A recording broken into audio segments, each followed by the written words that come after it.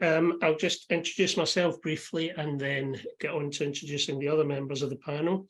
So I'm a self-employed consultant. I work in a combination of mental health policy and research in Scotland, as you can probably tell. I am what's called a peer researcher. So I have lived experience of bipolar and I work based on the experience I have. I've been involved in the Closing the Gap network, which is looking at the fact that there is a 20-year mortality gap. So people who have what are classed as severe mental illness live on average 20 years less than the population as a whole. And we're looking to see what are the factors that cause that, and importantly, of course, what we can do about it. So I got involved in that network at the very start. I actually spoke on peer research at the network launch and then was invited to join the network steering group. So working with academics from the University of York who host the network and others, I'm involved in planning the work of the network and distributing the funds we have in grants. I also work in a number of research projects through Closing the Gap. So I work equally with the other researchers there. So I'm involved in planning the projects, running the projects, writing the papers that come out of them. And when those papers are published, and we've had a fair few published in journals, I am a co-author on those articles along with the other researchers. I also do what's called user-led research, sometimes survivor research, sometimes MAD research, which simply means that rather than people with lived experience joining up with academics or those who normally do research, we actually run our own research projects. So we attract funding, we run the projects, we publish the results. Again, that just shows the different ways that people can be involved in research. And over the last few months, I've been involved in the steering group behind the Mental Health Research Matters campaign. And I do that because I think lived experience involvement in research is really important. It's important that we do research that matters to us as people who have mental health conditions. It's important that we help to shape the research questions so that we do the right research, so that we do good research, so that we do research that is relevant and then influences the policy and practices that are so important to our lives. So that's why I think mental health research is important. I'm going to hear now from our great panel. We have 5 speakers. I'm going to invite each of them in turn to introduce themselves and to tell you a little bit about the work that they've been doing in mental health. So I'm going to start with G, who's been involved in the loneliness and the Emerging Minds Network. G, good evening. Do you want to say hello and introduce yourself? Thanks, everyone. Hi, everyone. I'm G. So I've been part of the Emerging Minds Network and the Loneliness and Social Isolation in Mental Health Network. Really not a spokesperson for either, but I've been a lived experience member of both of them. So the Emerging Minds Network aims to reduce the prevalence of mental health problems experienced by children and young people, and lived experience input is at the heart of their work to challenge some of their research challenges, which are great. One of them is, how do we implement effective promotion of good mental health, prevention and treatment for mental health problems at scale in children and young people, which is a really big question, but it's important that we address those complex issues that are facing young people's mental health. And in the Emerging Minds Network, I helped on so many different projects. This was things like reviewing applications for funded projects, giving feedback on projects and papers, and I also gave my own lived experience on different topics, one of those being the impact of the pandemic on young people's mental health. And they gave me such a huge network of people and opportunities and opened up my world to mental health research. And the Loneliness Network brings together lots of different disciplines and perspectives on the topic of loneliness, which is just incredible, really. You can have architects working with psychologists. It's a really good collaboration. And in that network, I was part of a group of young people who shared our experiences of loneliness to inform a later published paper. So we worked with researchers to share our ideas, and I was a young person lead on this project, which meant that I helped facilitate discussions and inform materials. And I'm also a co-author on the final published paper, which is a huge honour to have. For both networks, it's been vital to have people with lived experience on their projects, because without people with lived experience, the research wouldn't be as real and relevant. a lot of the time research is just purely academic and it gets stuck in a paper online, whereas having lived experience input makes it more actionable and relevant. Lived experience input makes things have a true context and gives a voice and power to those that the research will affect in the future. And it's really important that we address what's happening to real people right now. It's a great thing that we have this event today, because I could talk about mental health research all day. And, you know, lived experience input is important to research because it makes it more accurate and it helps move things forward and it breaks boundaries. But it's really important to those of us with lived experience because it's so empowering and it helps claim ownership of our experiences and it gives us a sense of meaning and purpose. And for me, it has changed my life.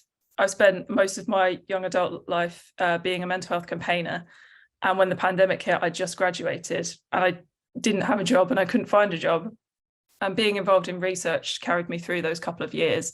And due to all the experiences and skills I gained, I have my absolute dream job in information at a leading mental health charity, which I am so grateful for. Mental health research has completely changed my life and it can change the lives of others, and it really can change the world that we currently live in. So that is why I think mental health research really matters. Thanks, G. That's really powerful, and it's so good that you've got that dream job out of it. Just another great example of where being involved in mental health research can take you. So our second speaker tonight is Catherine, who's involved in the eNurture network. Catherine, hi. Hi everyone, my name is Catherine and I am a Young People's Advisory member at the eNurture Network, which is an organization that funds research into understanding how the digital age impacts young people's mental health. And I'm also part of the McPim Foundation, where I've been involved in the agency project. This study was basically how healthcare practitioners can better support young people whilst receiving mental health treatment and helping them feel more agency towards their treatment. I'm very passionate about mental health. As a lived experience advisor, I've faced my own mental health challenges with depression and attempted suicide. So it's like, before I joined the McPim Foundation eNurture Network, I was pretty ashamed to talk about my past experiences due to I come from an African background, and these are things that are still there's still like a negative stigma attached to these things. So being part of the McPim Foundation, the eNurture Network has definitely given me the courage. I've been able to meet people who've had like similar experiences to mine, and I've really felt a sense of community and connection and a safe space for us to basically turn our lemons into lemonade. So hence why I've been a part of these organizations for the last 2 years. And I continue to be passionate about helping young people, especially from underrepresented backgrounds, specifically African backgrounds such as myself, and help them tackle their own mental health challenges. That's it for me. Thank you, Catherine. Thank you so much for your honesty, and it's great to hear that those negative experiences hopefully can help other people. And again, some great examples of how lived experience involvement can help to shape research. So our third speaker tonight is Yasmin from the Smarten Network. Yasmin, hello. Hi, I'm Yasmin. I'm part of the Smarten Network, which is the Student Mental Health Research Network, and it's one of the 8 networks that's funded by the UKRI. So I've been involved with Smarten for the past couple of years with the student research team. I got involved initially because I have lived experience of mental health issues. And I found that it was quite challenging to talk about as someone who is Muslim and also from a South Asian background, because there's a stigma in both communities. So I found that talking to other people with lived experience, but also researchers as well, joining Smarten has really helped with that. There's one thing that I found with being involved in mental health research is that I'm able to share my experiences. So that's really helped me, but I think that's really helped researchers learn from my experiences and my peers as well. So with Smarten, I work with researchers and help them communicate research to students and find different creative ways of discussing mental health research. So we created a podcast, a Smarten podcast that students read on, and also some workshops as well where students can learn more about mental health research and how they can be involved. I've also been involved with the McPhing Foundation. There's the Young People's Network, which is really great for young people to be involved in mental health research. So one project I was involved in was promoting adolescent mental health in the era of COVID-19. It was called the Keep Whole Project. So we produced some videos, like TikTok videos, discussing different ways to promote mental health for young people, and also the Ariadne project. So that was a project I was involved with as a lived experience member. So we were creating solutions to improve access to mental health care for ethnic minorities. So I found that there are quite a lot of ways to be involved in mental health research, and especially for people from minority backgrounds. I feel like we're often not heard enough in research. So it's been great to be involved with Smarten and the McPhing Foundation. That's all from me. Thank you, Yasmin. Thank you so much.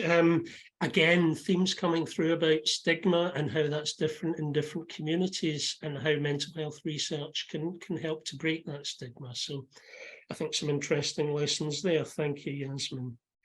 Our fourth speaker then is Isla from the Triumph Network. Isla, good evening. Hi, so I'm Isla. I'm a youth peer researcher based at the University of Glasgow within the Triumph Network. It's another of the 8 research networks funded by UKRI. And if I can remember the acronym, it's Transdisciplinary Research for the Improvement of Youth Mental Public Health. So we look a lot at kind of general promotion of mental wellness and kind of systemic issues affecting mental health, with a specific focus on care experienced young people and LGBT young people as well. So I've been involved in the Youth Advisory Group since 2019, and then more recently this year as a peer researcher and the co-principal investigator on our own youth-led research into how young people feel understood by adults that support them and how that relates to mental health. So we've done a lot of different activities over the last kind of 3.5 years. We just hosted a big youth mental health research and activism event in Edinburgh, and we've kind of assessed funding proposals, given early career researchers kind of advice on involving youth in the kind of creation and dissemination of their research. I think it's been so worthwhile and so good for, as G was saying, contextualizing research, to have young people involved in it, kind of with that expertise in how the data relates to being a young person in 2022. And it's also just been so positive for me to be involved and go from somebody that barely spoke in public to somebody who's now on a webinar as a panelist. So yeah, I would recommend to anybody that's interested in doing lived experience work. It's a really good way to kind of reframe your relationship with your experiences. I think one of my favorite things that I've done with Triumph was speaking at a youth suicide prevention webinar, and kind of really being able to combine my experience with then up-to-date research and how the kind of humanized experience fits together with the numbers as well. Thanks, Isla. That's great. I know Triumph is doing some great work in getting young people involved. And I just love the idea of young people working directly with researchers and helping them to make their work more relevant. That just makes so much sense to me. Okay, our final speaker tonight then is Nkazi from the Smarter Network. Hi, Nkazi, over to you. Hi everyone. Hi, I'm Nkasi. I'm a final year PhD student over at King's.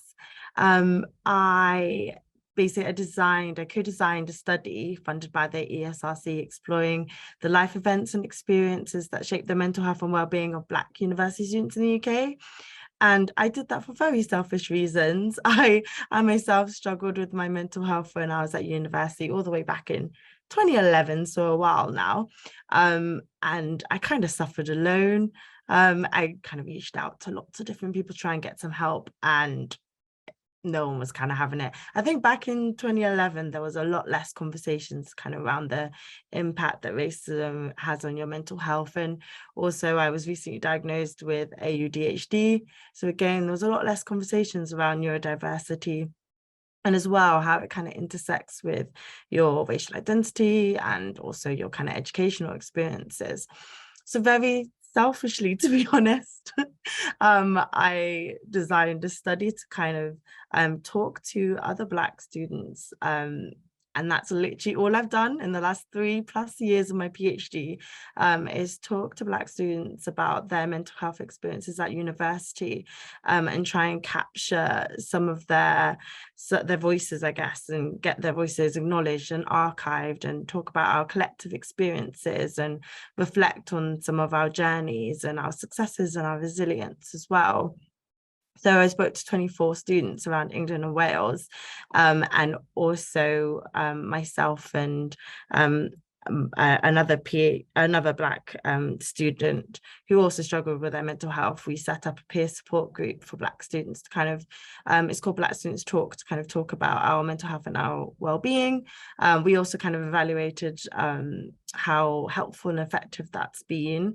So it's just been a really lovely experience, I guess, to kind of what Isla said, to kind of reframe and I guess have a different relationship with some of those stories that are often kind of marginalized and minoritized, and come together to try and make some change. So yeah, that's me and my story.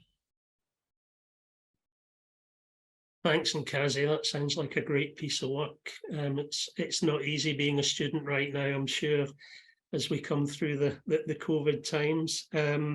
Okay, so those are our 5 panelists. So some really strong themes coming through there, I think.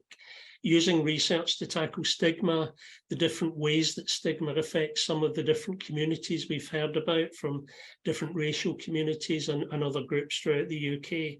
And I think the key thing really for me that's come through from all of our speakers there is about using their own experiences, making sense of them through their work, and using those negative experiences for good. And I would very much agree with that. It's certainly helped me in some of the same ways as other people have talked about, of being able to make some sense of our own experiences and to feel good about what our negative experiences then being used to help other people. So I think there are some great themes there and some great commonalities. Okay, I have a few questions I'm going to ask our panelists. So can I start with G? You talked a bit in your contribution of how you've personally benefited from being involved in research, G. What would you say to anyone else who's perhaps thinking about getting involved in research and isn't too sure? What would you say to them? Such a good question. Thanks, Gordon. I think that try to find opportunities that suit you to where you're at. So I didn't start by wanting to be a lead on a panel. It was very much like I was quite happy to review things via email and things like that. And you can also always sort of test the water. So there have been some projects that I've not ended up being involved with, not with these networks, but externally, where if things just feel a bit much and too much and you're not getting the support you need when you're just checking in with them via email, you might think that's not for you at that time. And I think also being aware of what you're comfortable sharing and not, because you don't have to share everything about your mental health when you get involved in research. There are very specific topics and no one expects you to have all of your story. And that's not right either. But yeah, it will be anxiety provoking, but there's a level of anxiety that everyone can tolerate. And if you can do that, then it can be really rewarding.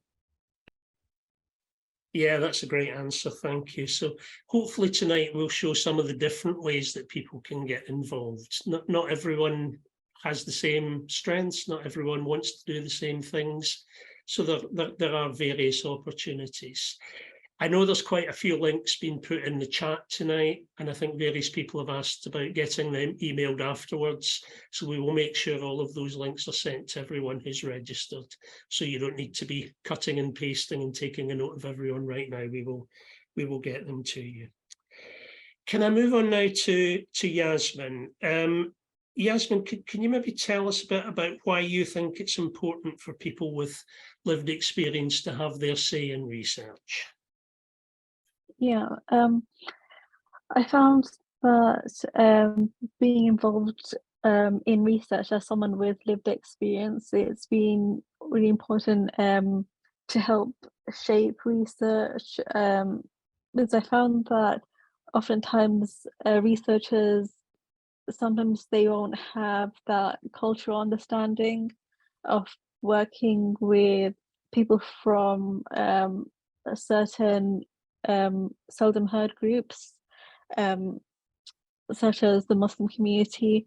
They might not understand the nuances involved in mental health with people from minority backgrounds. So I feel like it's really important for people with lived experience to have their say, to give that perspective, and really share that experience, which I think really benefits mental health research in the long run.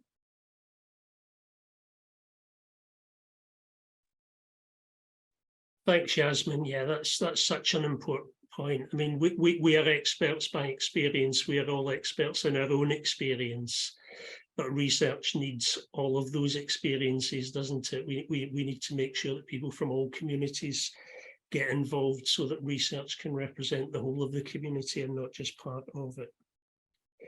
Brilliant. Okay, can I move on to Isla next then? So one of the things that sometimes comes up, Isla, in research is about the power balance and the difficulties sometimes of people with lived experience working alongside academic researchers who've perhaps been through 5, 10, 15 years of training. Can you maybe tell us a bit about your experience and what you think is important in terms of bridging that power gap? So from my experience, I've been quite fortunate that the research network I've been working with really values their youth advisors, really values our lived experience. So, you know, I've been able to have authorship in things that we're creating, papers that we're writing. I'm a co-PI with Christina, who's going to be helping me host our breakout room as well. I think that what's really important is seeing that as well as value in, you know, things like clinical experience, academic experience, lived experience is the same. You know, we are experts by experience. There's one route of getting the experience that is going to tell you how to do research. And there's one route of getting the experience that is going to allow you to share experiences, contextualize that research. So I think it's really important that it is looked upon as a partnership, and that those components are equally important in getting really good quality research. And I think where there's that mutual respect that both disciplines and both backgrounds are important and valuable, then there's going to be a good power dynamic. I think one of the main things that's come up for us quite a lot when we've looked at kind of co-production and power balances and things is payment for lived experience work. It's always a conversation that we come back to, and how, you know, it really does affect that power imbalance if you've got people that are giving their work for free because that's lived experience work, but the people that are doing the professional real work with a degree behind it are getting paid a salary. So I think that's a really important conversation to have in research, and an important thing to look for getting involved. You know, are you being expected to do work for free because it's not being valued as work and as an important contribution to the project? Thanks, Isla. Yeah, and I mean, when it comes to being valued, then we all like our contribution to have that value, don't we?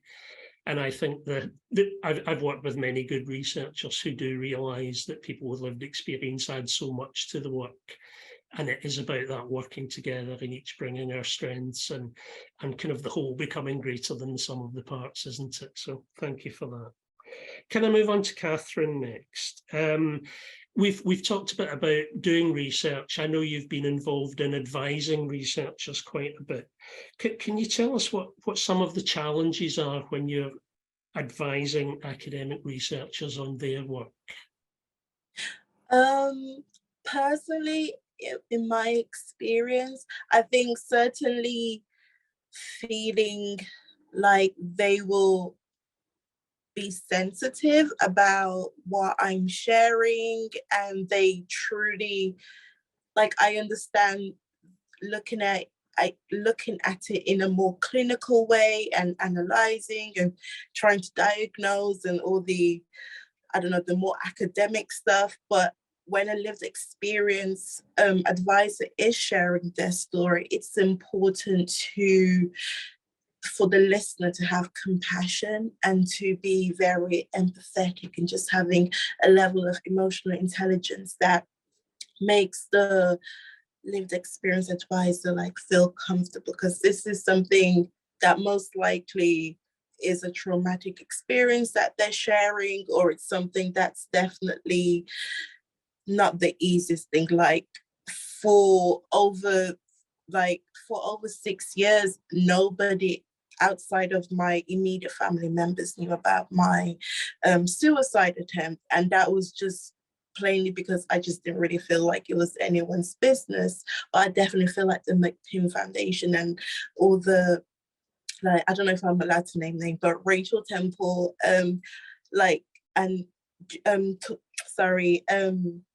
in our meetings, our Zoom meetings, like Rachel Temple is like the lead in our Zoom meetings, and she definitely makes it a safe space. So, like, you know, letting us know if we don't want to appear on camera, or if we want to take breaks, maybe something's a bit too much for us and, you know, we just need a breather. So I definitely feel like just definitely having compassion and empathy and knowing and having patience as well. I feel like for some people, like myself, I do ramble a lot sometimes, and I stutter a lot as well, especially when I feel anxiety. So I think definitely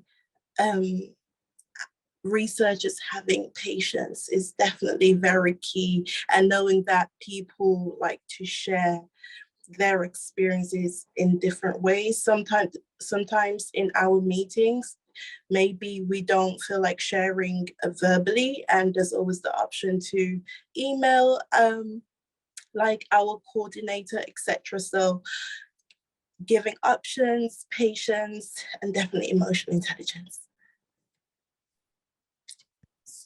Thanks, Catherine. So patience, respect, understanding, compassion, some keywords coming through there. That's really interesting. Thank you. And Kazi, can I come to you next? So as someone who is both a researcher in a subject that is so close to your own lived experience, does that cause any difficulty sometimes? Does it sometimes feel a little too close to home?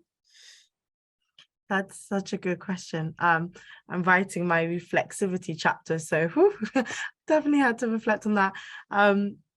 Yeah, I'll be very honest, it's been incredibly tough, because my PhD is basically just talking to lots of people about their trauma that looks very, very similar to my own. The majority of my speaking to other Black students, the majority of it was during kind of COVID lockdown. You know, it was during the kind of resurgence of Black Lives Matter, where lots of people were talking about racism, and there was a lot of kind of really tough stories out there. And it did very much impact me a lot. I definitely always make this joke where I'm like, my therapist is gonna get like the #1 spot on my acknowledgements, because I wouldn't have been able to do it without a therapist. I'll definitely admit that happily. I think I'm very lucky. My supervisors are absolutely amazing. Sometimes we'll kind of have supervision meetings and it's just me kind of crying. It's just me crying and saying how tough it is to kind of do the work I do. And I think a lot of the most of what I've kind of had to learn during my research is about taking care of myself.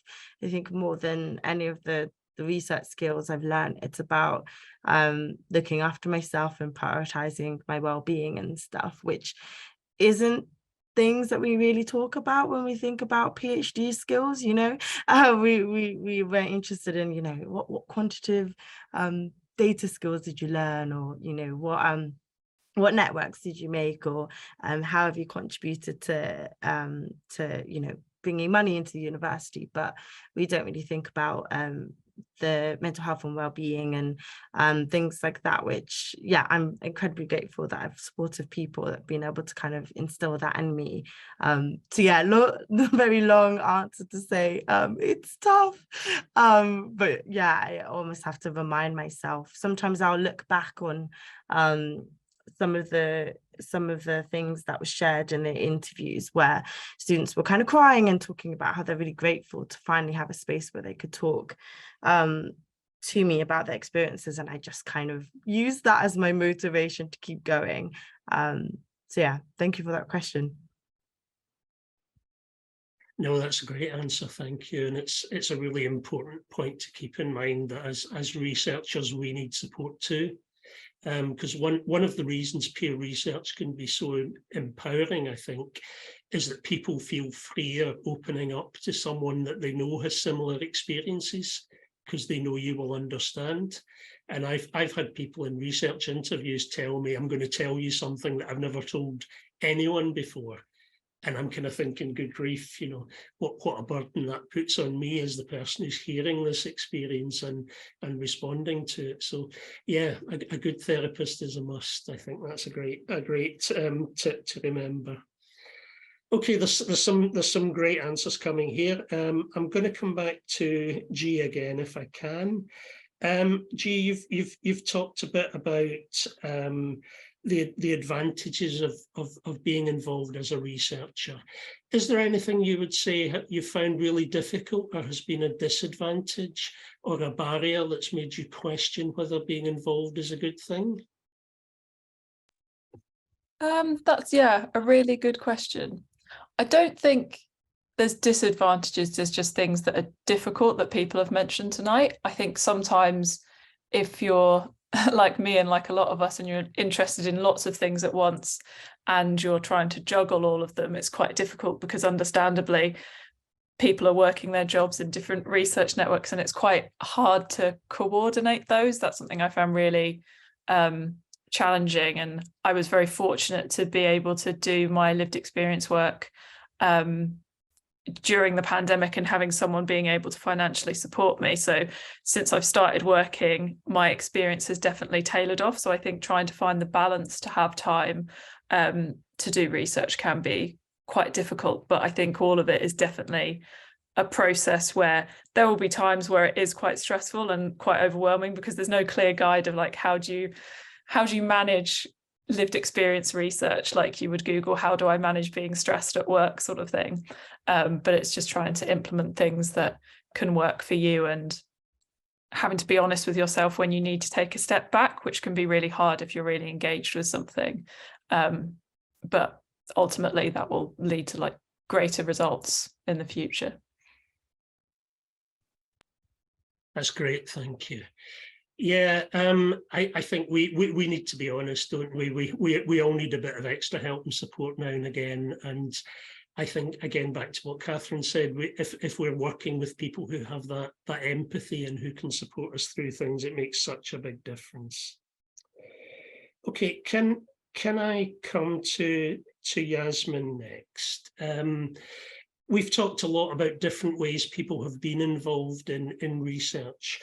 Can you maybe say a bit about how people can become involved in research? So I know from the chat there are a few people who are thinking, yeah, maybe I could get involved. How would you advise someone to start? Yeah, so how I initially got involved was I went through my local NHS trust. So my local NHS trust is Barts Health NHS, and they have a really great researchers, and they're really interested in involving people with lived experience. So I was able to get some experience and get some opportunities through my local trust. And then I also heard about a website called peopleinresearch.org. So that has some really great opportunities on there as well, where people can get involved in mental health research. So I regularly get updates about any new opportunities that I could be involved with. And also I found Twitter to be really useful as well, because I regularly see different opportunities from various organizations, which show whether you can be involved as a lived experience member or like on the steering group, and how you can be involved in that research. So I found, yeah, my opportunities mainly online, so Twitter or peopleinresearch.org, but also reaching out to my local NHS trust was really useful as well. That's great, thank you. Yeah, there's all sorts of things come up on Twitter. I know there's a lot of debate about whether Twitter is a good place to be right now, but certainly from a research perspective, I always find it really interesting to keep up with what's going on. If you can follow the right people and the right organisations, then it's amazing the opportunities you can come up with. Okay, Isla, I'm going to give you probably the last question, I think, because we're running out of time in our panel session, unfortunately. We've talked a bit about different ways of being involved in research, Isla, and you mentioned co-production a couple of times in your talk. So can you maybe tell us a bit about just what you mean by co-production and what is someone with lived experience that would involve you doing in a research project? So that's a very good question. It's a very big question. We're currently writing a paper about that question because it's so big. So by co-production, generally our approach to that is that any research is designed with lived experience from the outset. So in our context, that's usually young people, but basically that's present from the outset. It's designed collaboratively. You know, you've got multiple different people from different disciplines that all have a seat at the table. So we've got, you know, research associates, research assistants, youth advisors, and we're really working together so that it's not, you know, researchers going, this is what I want to research and how I want to research it. I'm going to run it past some young people so they can give me a big tick and then I'll do it.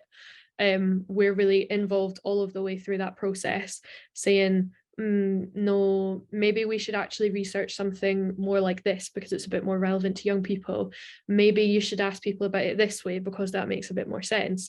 And we've kind of had quite a lot of discussions about what good co-production looks like, and what we all need to do to work the best with each other, and kind of things around really building strong relationships so that there's peer support there, respecting each other's boundaries, because we've all got really different lives going on, and different needs within the group.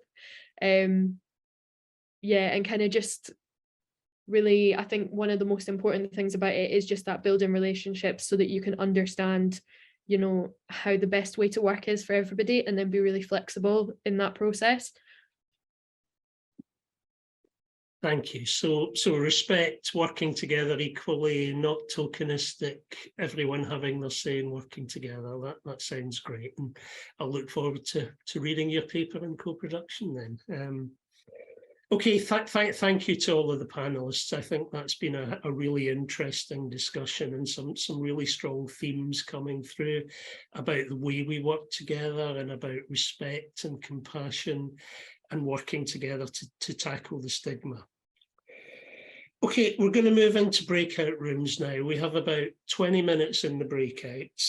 Okay, back on camera one. Here we are back in the main room. Hopefully everyone is together and has all managed to come through. So some really interesting discussions in that group. We're going to have a brief feedback from each of the rooms now. So if the facilitators or someone from each room could just give us a couple of minutes just on the key points that came out. So room one, I think it was Isla and Christina. Is someone going to feedback from that group for us? We were actually in room 4, Gordon. We got changed. Oh, okay. My list is obviously out of date. But we can feedback from our room if you want. Just for the fun of it, let's start with group 4. Isla, do you want to go? So we had quite a lot of researchers in our room, so we were discussing kind of what things from a researcher kind of point of view people need to know in order to get lived experience advisors involved in their research. So we had some discussions around kind of the challenges with like supervisors kind of wanting to keep the decisions being made by academics, and how you have those kind of conversations around giving a bit of control to advisors, and a lot about kind of approaching sensitive topics as well. So we talked about like getting people involved in research who are experiencing significant mental illness, and how to kind of speak around experiences and start conversations with experts by experience about their experiences in a way that is sensitive when that's not necessarily your experience as a researcher. So you might not know the best way to approach it.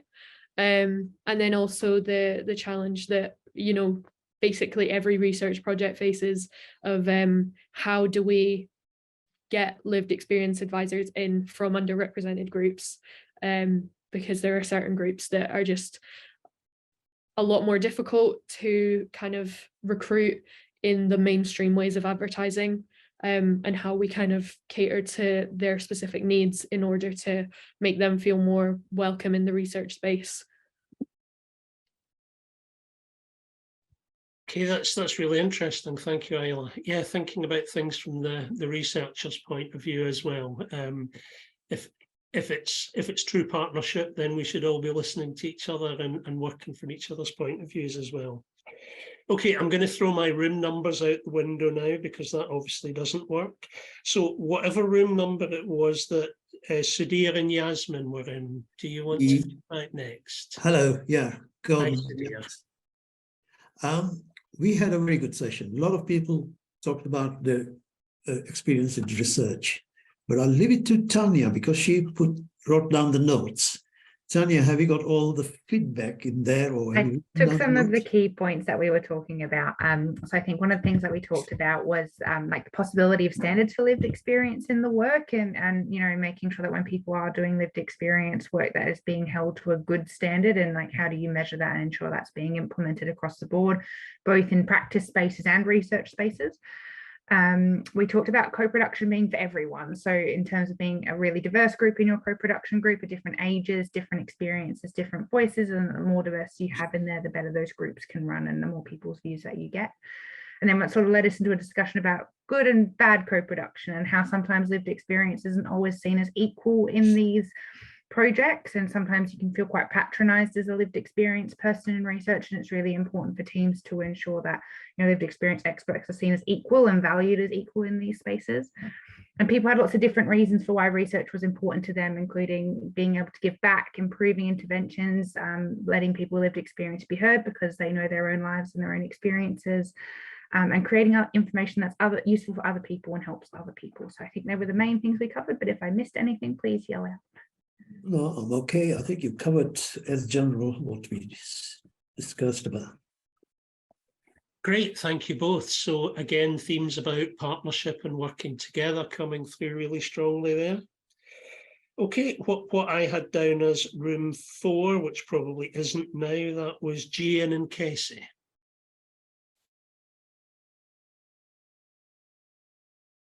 Is someone ready to feed back from that group?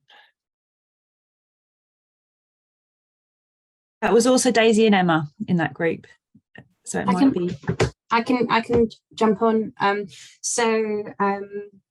Yeah, I think that lots of people have some interesting questions for G and Nikasi about sort of different, like, you know, what can lived experience involvement sort of really look like? What can that involve? There's also a discussion around sort of peer support sessions and Nikasi's involvement in that and what that looks like as well. And I'm regretting not writing down what we spoke about. What was the third one?